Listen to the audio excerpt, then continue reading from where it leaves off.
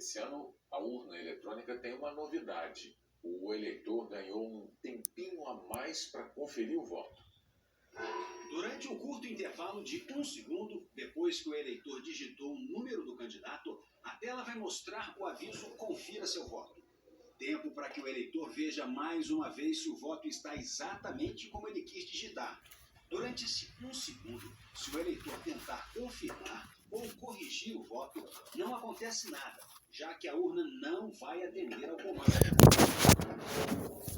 Mas o eleitor pode ficar tranquilo. Caso isso ocorra, é só esperar. A votação não é interrompida, o voto não é anulado